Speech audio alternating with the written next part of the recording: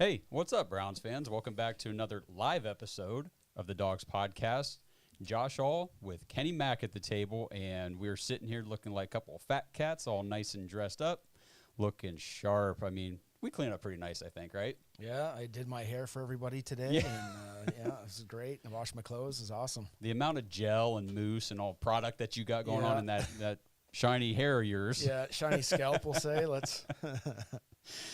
So the reason we're all dressed up, we are actually going to the Gold Jacket dinner tonight for the Hall of Fame enshrinees. We're going to watch Joe Thomas get his gold jacket tonight. It's going to be pretty awesome.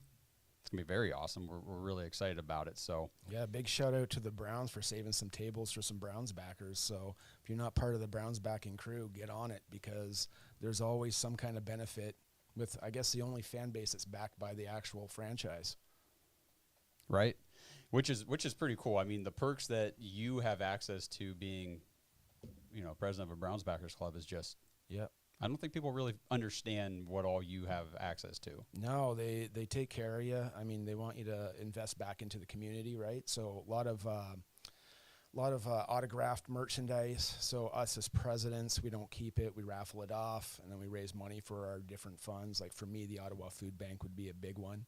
And then there's all the events. As a president, once a year, I get to bring one of my Browns backers to Cleveland. This year, we get to meet Joe Thomas in 2 weeks, which is fantastic. Probably get to see enough of him this week, but there can never be too much, right? Right.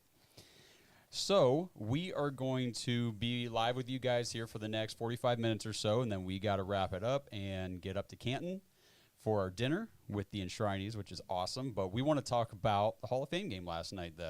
DF is in the chat here. He says, "Happy Victory Monday." Derek, you're absolutely right, man. Feels good. A win feels good no matter when you get it. Doesn't matter first preseason game or end of the year when it doesn't really count, even if it does count.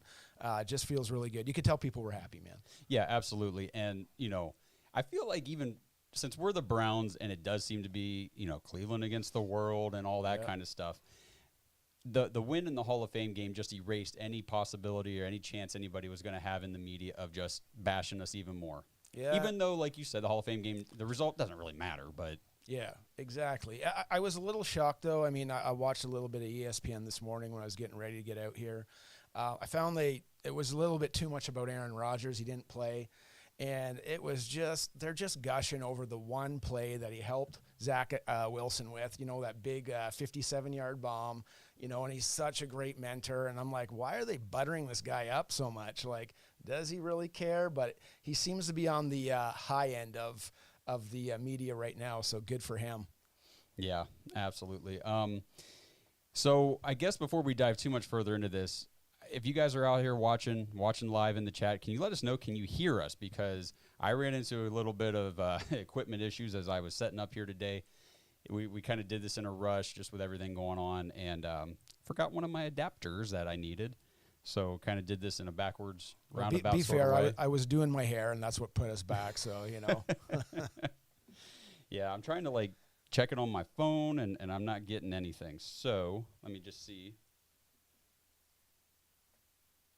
Well, if we're recording, then I'm gonna just shout out to a couple people. Went down to Brewdog in Cleveland. Okay. Got it. Yeah, we got it. Devin Harris, thank you, man. I appreciate it. Appreciate the feedback. He says he can hear. If you can hear, then everybody else can hear as long as their volume's on. Right on. Sweet. Okay, so let's dive into everything from last night. But before that, just make sure you guys follow us on socials, Twitter, which X, whatever you want to call it now.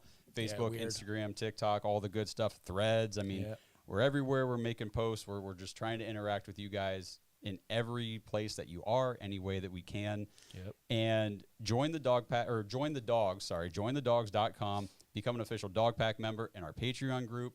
We've gotten a bunch of people signed up here in the last couple of weeks wanting to play fantasy football. So we've got 3 leagues filled up right now. We did 4 leagues last year.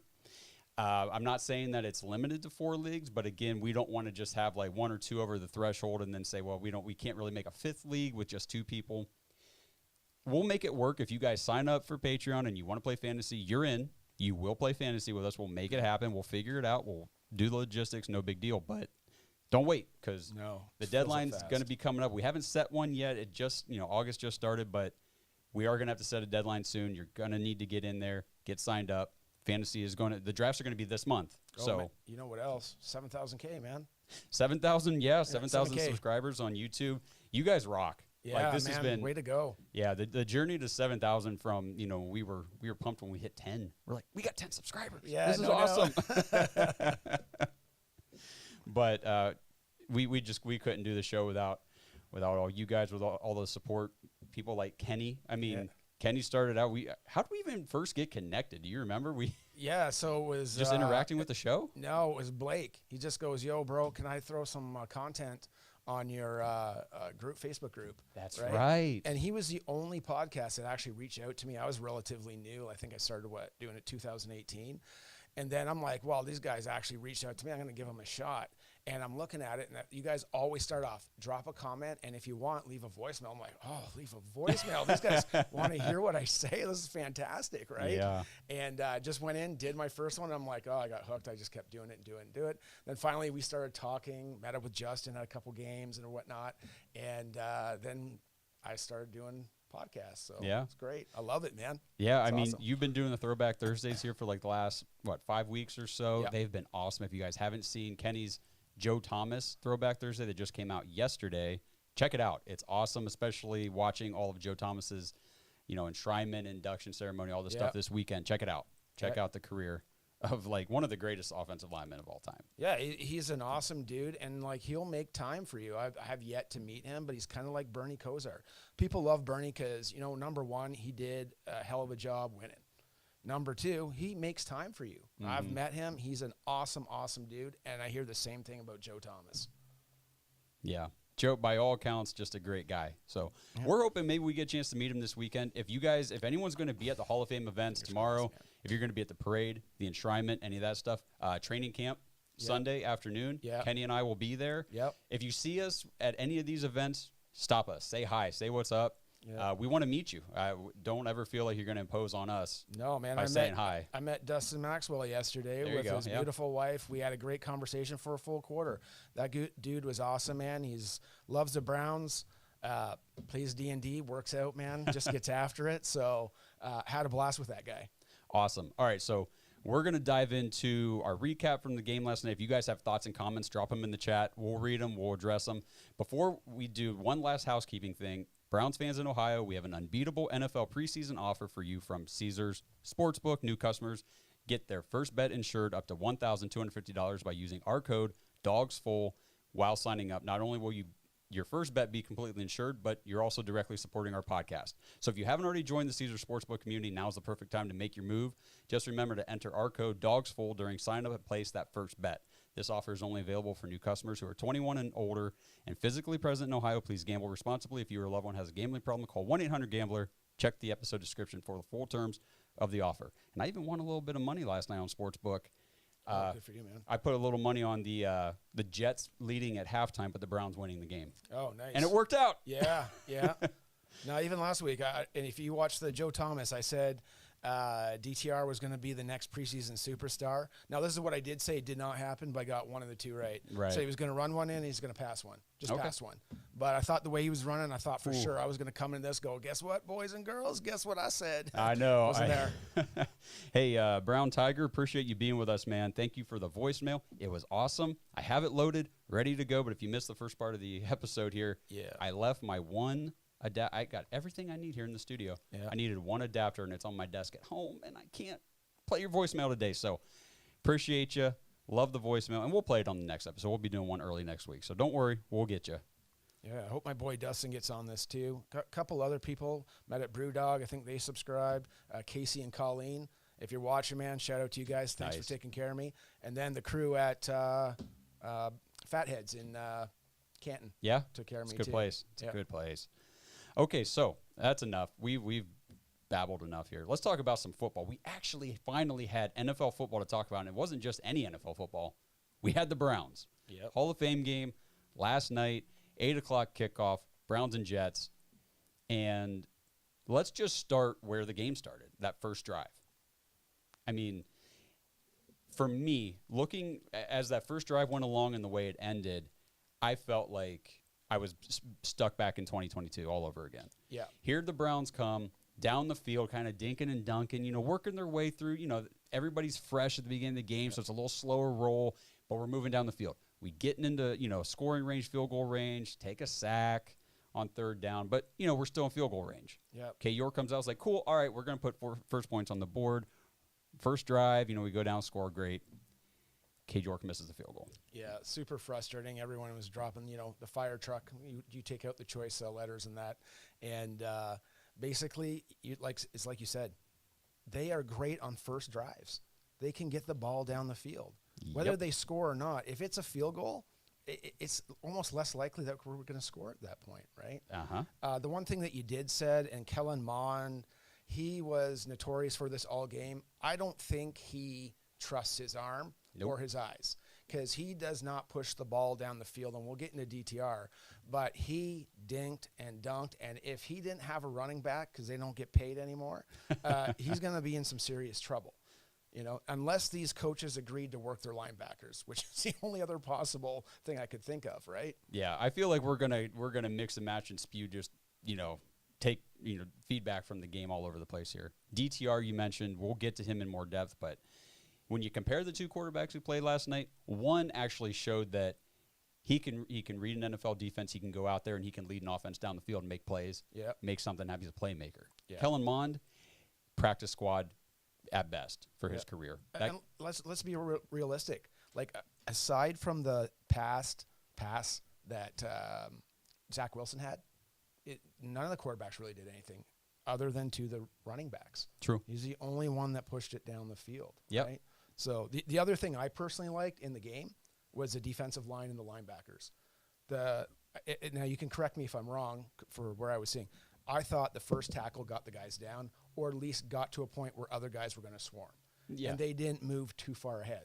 There was no rack, right, for the other team. And if you look at the stats, online, I think it's almost like 2-1 we outgained them in the running game. Yeah, actually, I can pull that up here real quick. So I do know that, let's see, rushing, we held them to 53 yards rushing. I mean, like I said, we're going to be bouncing all over the place, but the defense, what a bright spot. And yes, before we go any further, let's just address this up front. We know this was the Hall of Fame game. Yes. We understand these were all backups, third and fourth and fifth stringers. A lot of these guys aren't going to be in the NFL or make teams. They're going to be practice squad guys, blah, blah, blah. I'll go further on that point, because, I mean, all we wanted to see is basic matchups and them winning those basic matchups, right? And that's what was accomplished. The defense, basically, we said this before too, the trickle down from the D coordinator Schwartz, it's all the way to the bottom. And you can see it. You can see it in the fourth, fifth stringers. Like, that's great, because there was no buy-in last year. No. You know, the only one thing I would have liked to see a little bit more, a couple sacks. A couple sacks would have been nice. But, you know, you got to give it to them. These are the backups. None of these guys are necessarily the pass rushing specialists, you know, so I get it. I mean, Myles Garrett goes entire games without a sack. I mean, it happens. So I get it. It's okay. A sack or two would have been nice to see, but for me, it's the 53 yards rushing for the entire game. Yeah, that's 23 carries by the Jets, only 53 yards, only 2.3 a carry. Our rush defense, like you said, if Jim Schwartz is able to get guys who aren't even going to make this roster, you know, get them up and ready to go out there in the Hall of Fame game and play that sort of defense and stuff the run like that, imagine what he's going to be able to get Myles Garrett and, you know, Dalvin Tomlinson and Zadarius Smith and those guys to do. Yeah, exactly. And I said 2-1, it's 4-1 basically, almost. It was basically 53 to 172. Yes, sorry, I had that up. Yeah, we had one. Would you say we had 172? Yeah. Yep. Incredible. And I guess if we're going to be talking about the rushing attack, we'll come back to that first. We'll come back to Cade York. We'll talk about that. We'll come back to Kellen Mond. But the Jets running backs couldn't do jack against us. Our running backs, on the other hand, unbelievable what they were able to do. John Kelly, 10 carries, 42 yards.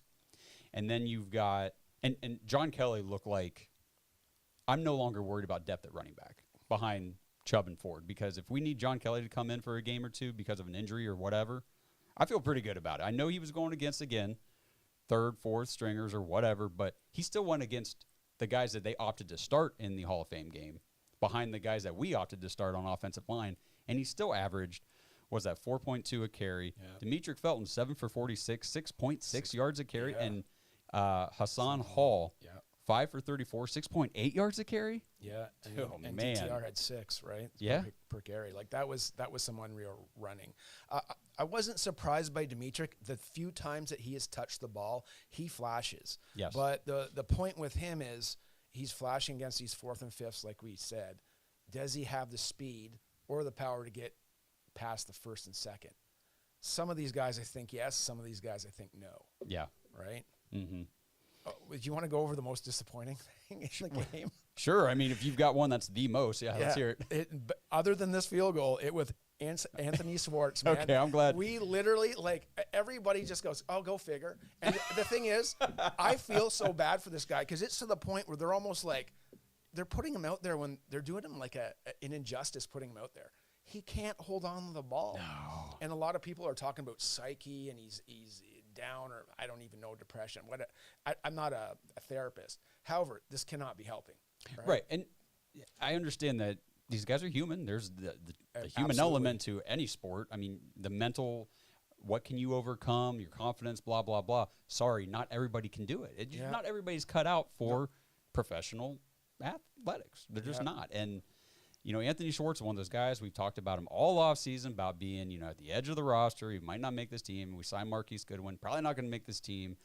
So they roll him out there last night. And I even wrote about this in my article for Dog Pound Daily today. Anthony Schwartz, big time stock down. Mm-hmm. The dude was dealing with a hamstring injury at the start of last week when camp opened up. He was on the NFI list to start and everything else. A week later is the Hall of Fame game, and the Browns are like, nah, you're going to play. Yeah, well, you're going in there because they need to see if he's got what they need. And the first touch, end around jet sweep, he gains 7 yards, going to the ground, gets the ball punched out, fumbles, turnover to the Jets. The only thing I was hoping at, based on where I was sitting, I was hoping, please be down by the ground.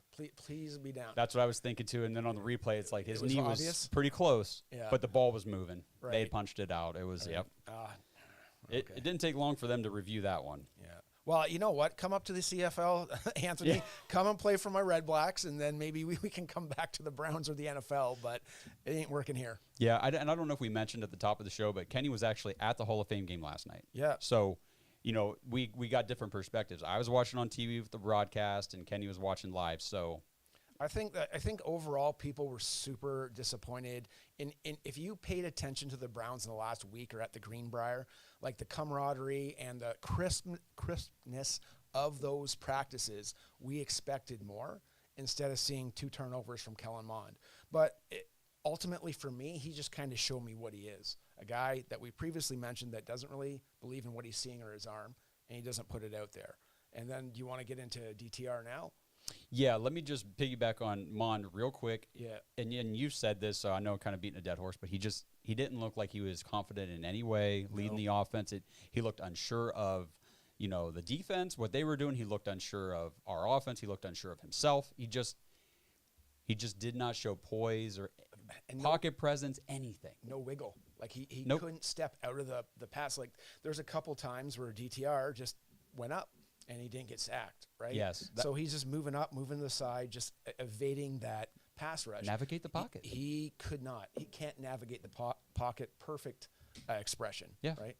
Yeah, and I understand that, you know, it's a different string, different level of players, blah blah blah. DTR came in the second half, and it was a night and day difference. I mean, as soon as he went out there for the first drive, watching the game at home, I don't know about what it was like live, but immediately I was like, pretty sure we're going to win this game. Yeah. It just felt like his confidence. It looked like he came out, he commanded the offense. He knew where guys were going to be. He knew what he was doing. He could read the defense. And the thing about DTR versus Mond is this is Mond's 3rd season in the NFL. DTR has never, ever faced an NFL defense before in his life. Yep. So last night was the absolute top best defense he's ever faced. Because in college, you're playing a bunch of guys. Some might go into the NFL, but most of them won't. No. Last night, every single player he faced has made it to the NFL. Yep. So it was the best defense he's ever played, and he just showed out. And you know the way I put it? It's real simple, guys. He was the best athlete on the field. By far. Yes. You noticed it just with the way he evaded the pass rush.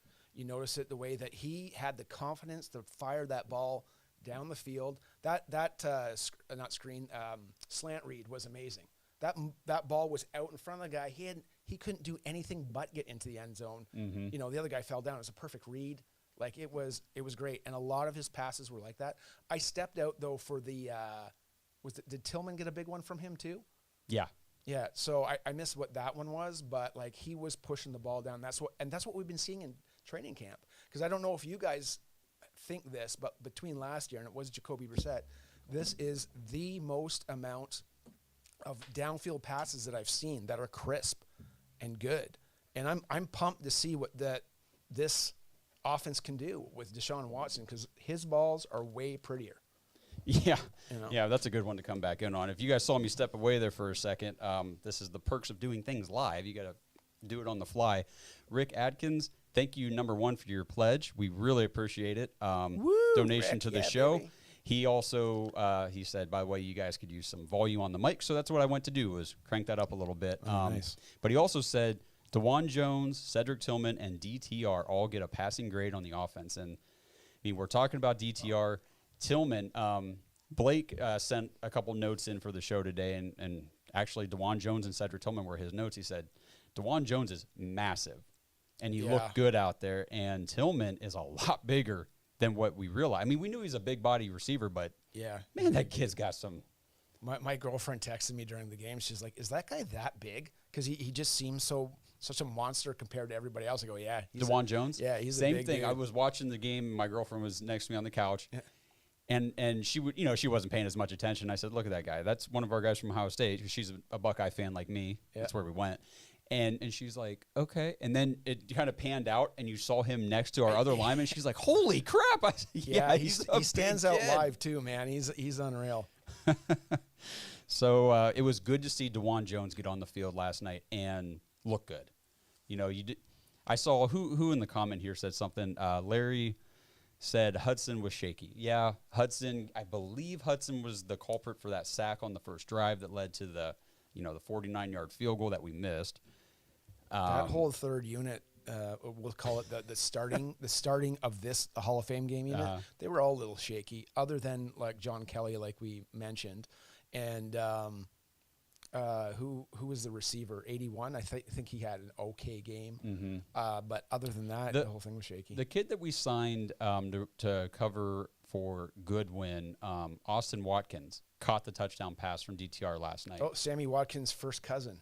Is it really? Yeah, they said that on the radio on the way here. Yeah. Okay, so that's there cool. is a relation. Well, that's cool to know. He didn't look bad. Yeah, he looked pretty good. I was impressed with the way he played. Fatal Gnome, thank you for your pledge. Appreciate it. And Kenny, he says that's when you said Deshaun's got much prettier balls, he said that sounds like a Manscaped ad right there. No longer a sponsor, but whatever. That is pretty funny. Yeah, that's a good one. I didn't even know I was saying that. That was good.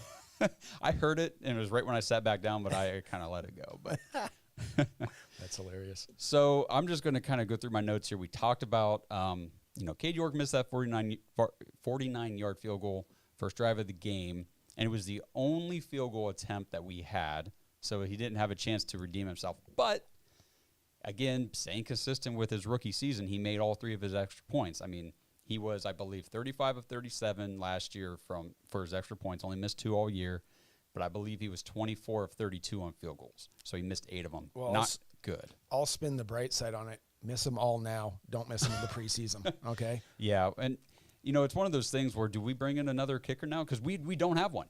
We have no other kicker whatsoever on the roster in camp or anything. I would say. Or do we just roll? Just roll. Well, I think Washington. If he misses one more, you're bringing another kicker for sure. Okay, so you kind of give him a pass last night, say, all right, that was the first one, but now it's on thin ice. Is that kind of the leash is short? The leash will be a lot shorter. If he misses any more in the preseason, you can't have any pressure. And 49's you got to have those these days. Yeah, no, you absolutely do. Especially, and it was funny because on the broadcast, you wouldn't know this because you were there, but on the broadcast, Collinsworth had just gotten done telling everybody at home how strong of a leg that Cade York got, one of the strongest legs in the NFL. He comes out for the 49-yarder and just misses it. And it's like, dang, man. He might be strong, but it ain't accurate, that's for sure. No, not at all. He's really got to work on that.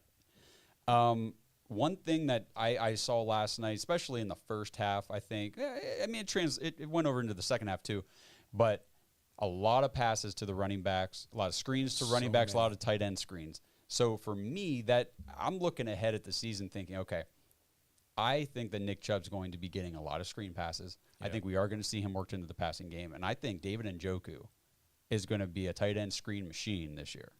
What about Harrison Bryant? What do you think is going to happen with that? I don't really have any good feelers on Harrison Bryant. He obviously didn't dress last night. Right. I think, there was some speculation that maybe he's not going to make this team this year, but with the, shallow tight end depth that we have, I think he's a lock. I do too, and I think you hear a lot about defensive tackle, and where I'm going with this is it takes a lot to develop them. I think tight end is up there or a little bit below, right? Yep. So he's gonna get every chance that he's gonna get, right? The other thing I think with him is he is a good pass catcher, and unfortunately between Baker and just no what do you want to say, rhythm with Jacoby, he just really hasn't got a fair shake maybe. So we'll see what he can do.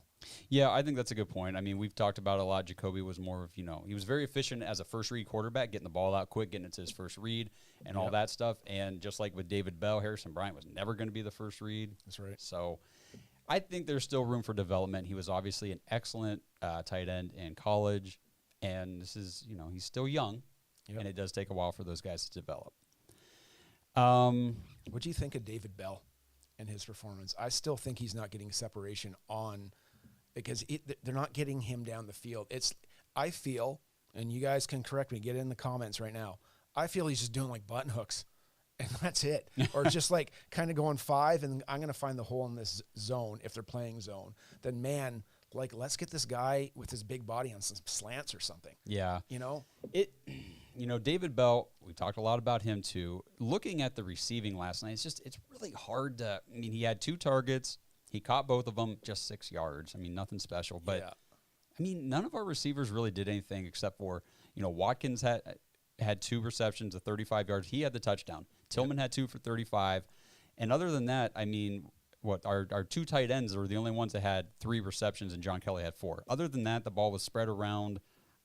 I don't have the snap counts in front of me. I don't know how many routes or anything David Bell ran, but I just don't know what the opportunity was really like last night. And I guess, too, it's like we were saying. They basically the coaches from the Browns did enough not to lose, and the coaches from the Jets did enough not to win. Right. So you're coaching up these guys who don't play full seasons, 4th and 5th, some thirds. They don't play together, and the short pass game is going to be called upon a lot too. So is it indicative of what's going to happen this season? Maybe for Chubb, sure. I definitely agree with that. And I would think you want to move Njoku a little bit farther down, push it down the field. But we'll see what happens. Yeah. Last night I feel like the second half was probably more indicative of the style of play. Obviously not 100%, but more similar to what you're going to see during the season, because DTR, he looked like, Deshaun Watson light. Yeah. Is that fair? That's super fair. So if you guys don't know how it works at the Hall of Fame game, you got to take a shuttle back and forth between the Stark Fairground and there. And on that bus, we were on the bus when the slant was hit, and the guys are showing the replays, and everyone's like, this guy's Deshaun Watson. And maybe their measurables aren't comparable, but their play style sure is. I think, exactly. The based on that small sample size, right? Yeah. Yeah, and that's, to me, we knew that the Browns during the draft process, they met with, a handful of quarterbacks. They're looking for who's our backup. We need, because, I was talking about this last night to somebody, you would hate to be a Super Bowl caliber team with a roster, with the coaches and all this stuff like we believe the Browns are. Yeah. Get to a certain point in the season where it's like, hey, we got playoffs locked up, we're ready to go, and then an injury to one position can derail everything. Yep. But if you've got that backup, even at the quarterback position, it's like, look at like the 49ers with Brock Purdy. Yeah, 100% the Eagles game. Yeah, the Eagles. Yeah, a few years ago with Foles. If you've got a capable enough backup, you can still get the job done. And I think that's why they identified DTR in the draft process, and they made sure that they used whatever capital they felt they had to go get him, and they got him. Yeah, and it doesn't hurt to have a rookie backup that's getting the rookie minimum while you're paying your top dog $250 million, right? Exactly. Okay, so I'm going to remind everybody about Omaha Steaks real quick. While I'm doing this, start dropping some topics in the chat that you guys want us to hit on here, because we've got, another, 15, 20 minutes here that we're going to be live, and then we're going to wrap it up and head up to the Hall of Fame. But start dropping stuff in the comments. Omaha Steaks, everybody. If you guys haven't tried Omaha Steaks yet, please do. I keep telling people, they didn't reach out to us to, establish a partnership with the show. I reached out to them because I've been eating Omaha Steaks for years, and I just thought, I want to promote this to my audience because, one, I know I can sell it. I know I can tell everybody how good this is because I believe in it. I have it stocked in my freezer, and it's just, I've never had anything bad from there. They've been America's original butcher since 1917, and right now they want everybody to help celebrate their anniversary. 50% off site-wide. Go to omahasteaks.com, enter code DAWGS, D-A-W-G-S, into the search bar, and get all their exclusive anniversary packages. And as an added bonus for you guys, you're going to get 8 free Omaha Steak burgers, which are the best, and also 8 free gourmet jumbo franks. So, go out there, get their anniversary assortment package, and get those 8 free burgers and 8 free jumbo franks. That package has 4 butcher's cut filet mignons, 4 air-chilled boneless chicken breasts, 4 bacon-wrapped pork chops, also 4 gourmet jumbo franks, because you're going to get 12 of those, and the classic Omaha steak seasoning, which I love that stuff. So hurry up. They're not going to have this offer available forever, but 50% off site-wide. Use code DAWGS, D-A-W-G-S. Get those 8 burgers, get those 8 jumbo franks. Just type in that code in the search bar and get ready to grill, because tailgates are coming up. Football season is here, and you're going to want the best meats that you can possibly get, and that is Omaha Steaks. All right, let's see. Did we get anything in the chat? Tight end number 83 looks solid. Well, which one was number 83? 83? I was having trouble last time. I'm like, man, I wish I knew. Because a lot of these guys, it was either, was that Mitchell Payton? I'll tell you what. I think so. You don't think so? No, I think so. Okay. Well, I'll tell you what. Both those tight ends last night, Zaire, Mitchell Payton, and Thomas Greene. First of all, Mitchell Payton, huge. Yeah. Like, he looked like a David Njoku almost clone out there. So to see him be able to catch the ball and kind of make some plays with it was pretty impressive. And the other kid, Greene, too, looked good. So I was definitely impressed with the tight end play. Well, here's one thing that I noticed. I think our rookies outplayed their rookies. I think our rookies also outplayed our last 2 years' worth of rookies, just based on how they performed in the moment of, being live. And I know it is against 4th and 5th stringers, but they still looked better. Right. Well, I mean, it's our 4th and 5th. It's their 4th. I mean, it's evenly matched competition. So it's still good to see somebody dominate somebody else. Fatal Gnome says, what did you think of Mitchell? He's talking about Cameron Mitchell, the Browns rookie corner. Caleb Biggers, he couldn't tell. I do have a note. Let me see if I can find it here Mitchell real quick. Mitchell did himself a favor with the EINT, yes, right? Yeah. So I did make a note while I was watching the game. I said, the backup DBs look nice. I like our depth there. I specifically said Biggers played well. I thought that for being an undrafted rookie, looked pretty good. Mitchell had that nice pass breakup on 3rd down, like you said, the pick. Or no, it was Bubba. No, he fumble. Yes. Fumble, and then Bubba Bolden was the interception at the end. Right. Now, they could have, I think they dropped like 3 interceptions at the end. We got to make those happen a little bit faster, Yes. It's like playing SWAT ball or something out there. Just catch the dang thing, get it done. Yeah, and that's stuff that, you would expect the starters, in the season to be able to pull off. I thought this was, who said this? Do we think that Devonta Travis, can DeJuan Jones turn into a solid tackle? He's 375 pounds. I think he's already pretty solid. Yeah, no doubt. I do. I think that especially with Bill Callahan coaching this offensive line, I think a guy with that kind of size, and they were showing during the broadcast like his basketball highlights from college and stuff. I mean, the kid can move. And you saw that on the field. He's not slow for 375 pounds. No, he's just got to keep his weight under control. Here's what happened last night with all the guys that played offensive line. So out of 35 pass blocking snaps, they allowed 0 pressures.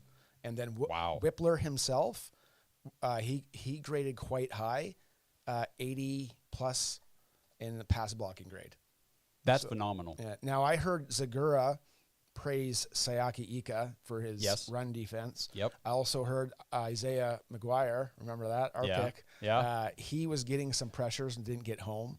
And obviously DTR, we've said enough about him.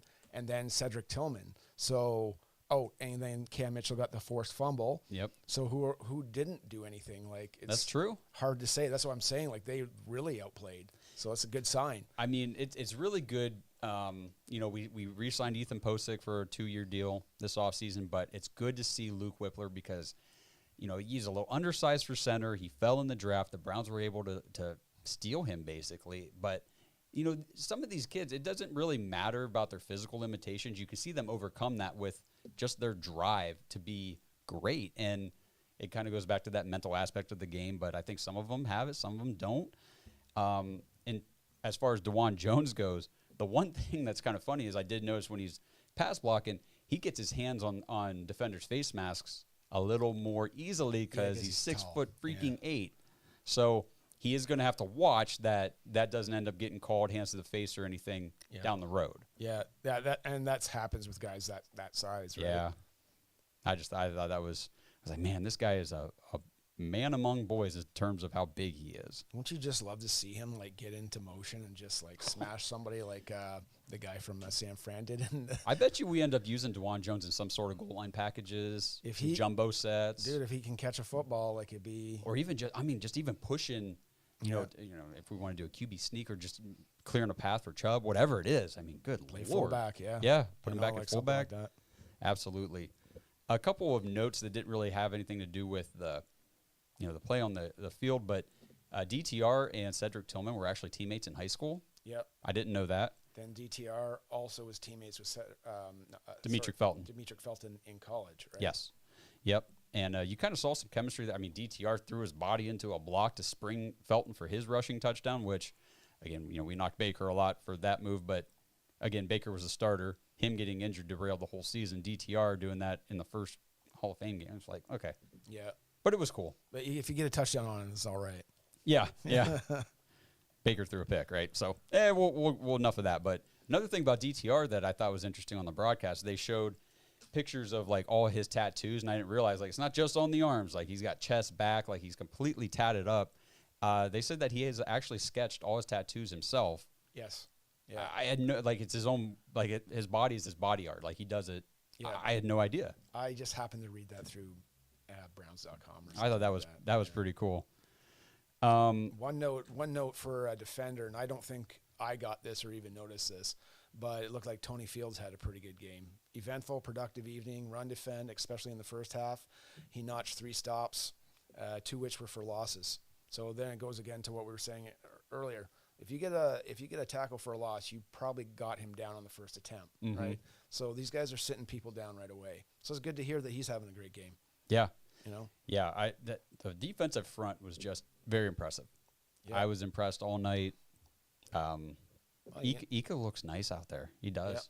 Yeah, he's going to I think he'll break the starting lineup. He's just a plug of a dude. And it's tough to move guys that are that big, that have some strength. Yeah. And he reminds me back, like I was doing the Throwback Thursday, he reminds me of Jerry Ball, back in the day with the Browns. And we had him for about a full season, but he was a plug of a guy, could run, he could push the pocket. So he's kind of like Delvin Tomlinson too. But yeah, these guys can get after the passer enough so the defensive ends can maybe clean up or vice versa. And they stop the run, so that's a good thing to have. Yep. I don't know, guys. It was a really good start to the season. It was really encouraging. Like we said, we understand that these are all backups. A Hall of Fame game usually doesn't mean anything, but for Browns fans, it meant a lot because we got to see these guys that we've been talking about all off season. The young guys, the rookies, the UDFAs that, we're just speculating about for months and months and months now, just saying, well, we think this guy can do this or whatever. Well, last night we actually got to see them on the field, and for the most part, they came through. Yeah, and you know what? On the flip side, just put a little extra joy in Joe Thomas's life. You know, he's getting honored. They won the game. The Browns won. Everybody's going to be happy. It's going to carry that happiness. Going to carry through the weekend. Let's just have a good time. Not that they did that, and it's on to the Commanders. Absolutely. Yeah. So before the game last night, they put out the list of guys who were not dressing for the game, and I reposted that on Twitter for everybody. And the biggest thing for me right off the bat was I did not see Anthony Schwartz's name on that list, so I knew he was dressing and playing in the game, which didn't surprise me because I knew he was on the bubble. Jalen Darden was on the list, a guy that we were thinking, well, maybe he can make the tail end of this roster. Maybe he can come in as a return guy. He didn't even dress for the Hall of Fame game. It means the Browns did not need to see anything with Jalen Darden in that game. So, I mean, if you take a look at what's coming out of training camp, who are the guys that are always going down the field wide open? Schwartz did have one, but Jalen Darden's getting a ton of them, right? And then Marquise was before the blood clots. And I'll touch on that. You have blood clots, you're not playing this year. I do not think that guy's playing. You don't think it's a... No, I don't think he's playing. I'd be hard-pressed based on what I've heard and just what I looked up on. Like, I know Facebook's not the medical doctor, just saying, but I just wanted a timeline, and Facebook says 3 to 6 months. Okay. So if it's 6 months, because he's had numerous, and I think they're still happening, so I don't think it's a good situation. So we got to find somebody that can stretch, and Jalen Darden would be one of them. But if it's not going to be him, get someone who's fast like Deshaun Jackson. Well, 10 plays, 5 plays a game, whatever you want to do, just go straight, man. Catch the ball, Yeah, and that's the thing with Schwartz. He's got some awesome, phenomenal Olympic straight line speed, and his hands might as well not even be there. But Elijah Moore, I think Elijah Moore is going to be awesome this year. You see the connection in training camp between him and Deshaun Watson, on and off the practice field. Last night for the Jim Brown memorial thing before the game, you saw a bunch of the Brown starters, like the main leaders of the team, were out there together.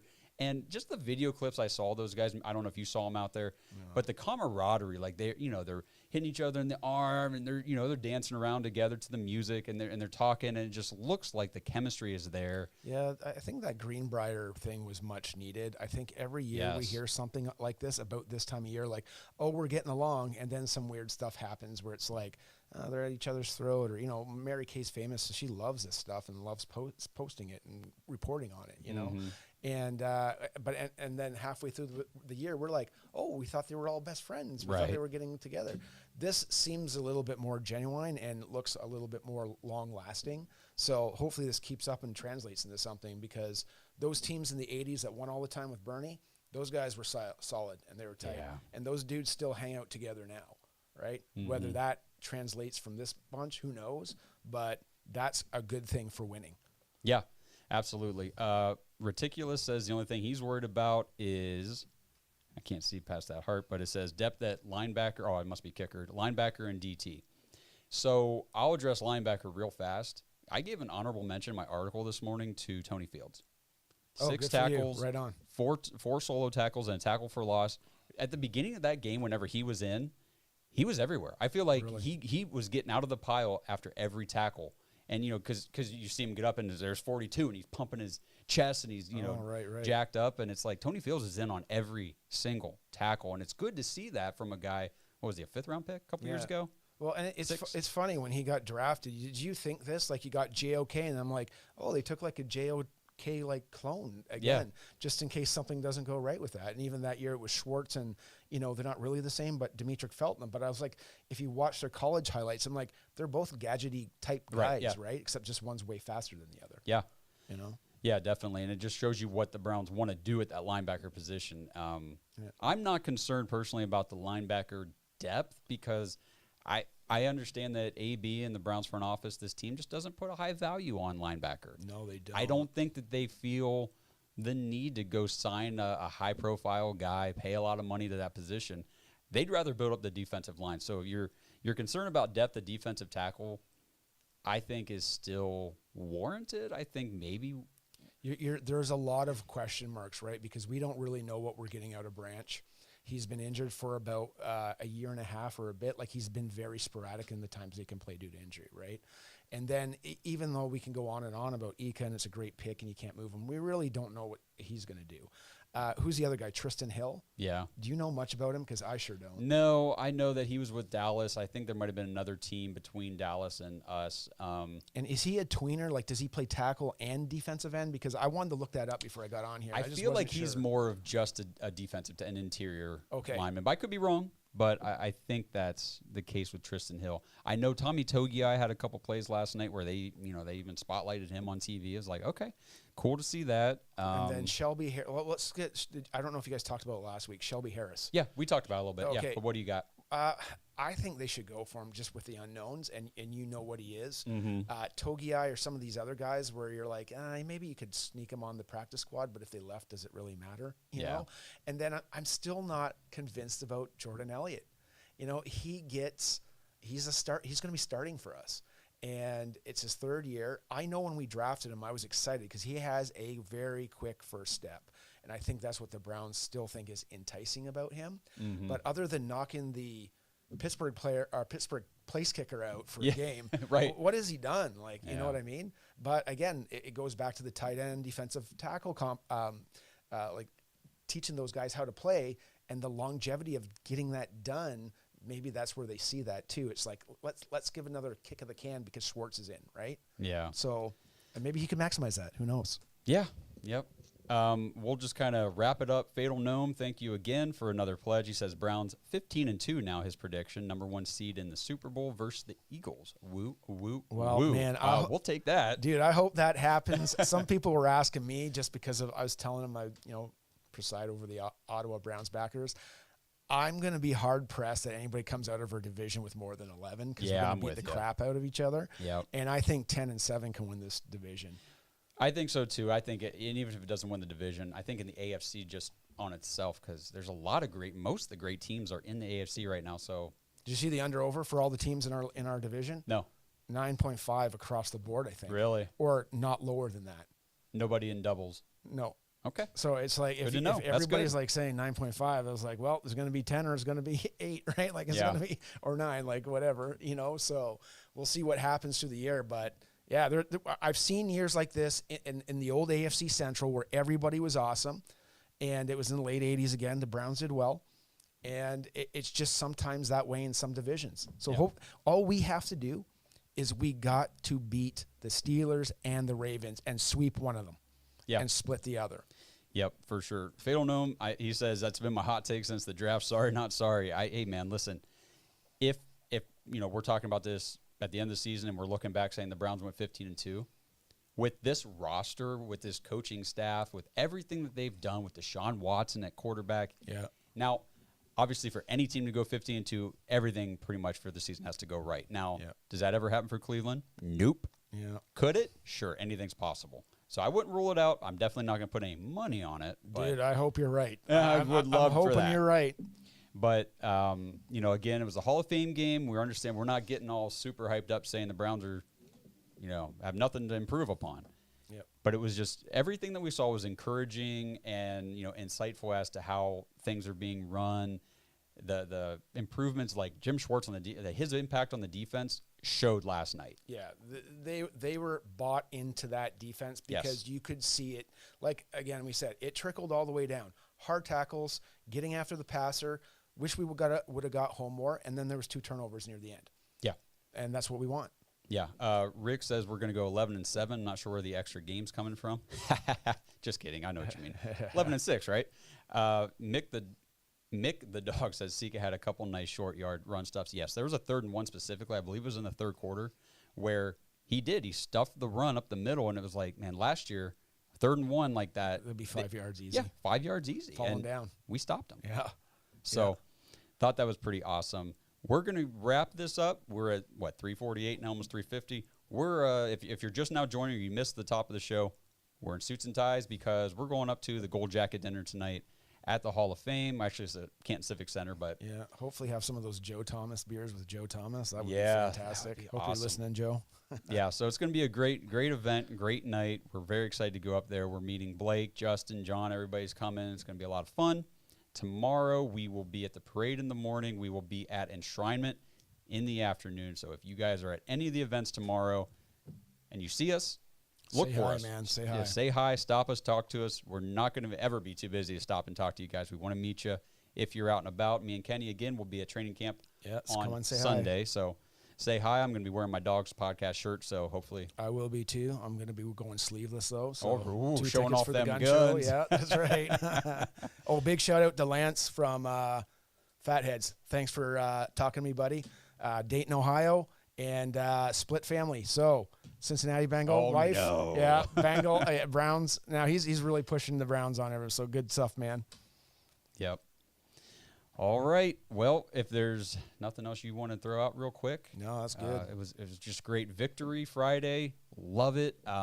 Just a great way to kick off the 2023 season. Yeah, kick off this Hall of Fame weekend, but have a blast and celebrate this. Absolutely. It's going to be a while before another one gets in. Enjoy yourselves. Joel Batonio. Yeah, right. Yeah, exactly. yeah. And like I've been saying on a lot of my solo episodes here recently, fan hard. If you're going to fan for this team, don't fan scared. You can have high expectations for the Browns this season. Now, if they fall short, hold them to that standard. Say, no, you fell short of my expectations because everything you did this offseason says I should have high expectations, so I'm going to. Yeah, you know what tells me that is the high ticket prices. Yeah. So you got to hold them accountable because you're paying more, you need to get more. Yep. But, again, fan hard, don't fan scared, and don't let anybody tell you the Browns are garbage because this is a new team. This is a new era. Yep. And let's go. Let's just have a lot of fun this season. Let's go, Brownies. All right. So, again, like the video, subscribe to the channel. Appreciate everybody in the chat. Check us out on all the socials. Join thedawgs.com if you want to play fantasy football with us. Yes. Just all you got to do is just sign up for Patreon and then just send us a message. Say, hey, I just joined. Interested in fantasy. You're in. We'll get you all the information after you send us a message. No big deal. Hang out in the Discord. But we've only got a few weeks left to get in there and get signed up. Leagues are filling up. So get in now and let's play some fantasy this year. Yeah. So for everybody joining us today, appreciate it. Love you guys. Yeah, and thanks. we will talk to you next week. We'll bring you all the content that we're going to collect from this weekend and all the Hall of Fame stuff. It's going to be a ton of fun. Right so, on. until we talk to you guys again, go Browns. Go Brownies. Woo, woo, woo, woo, woo.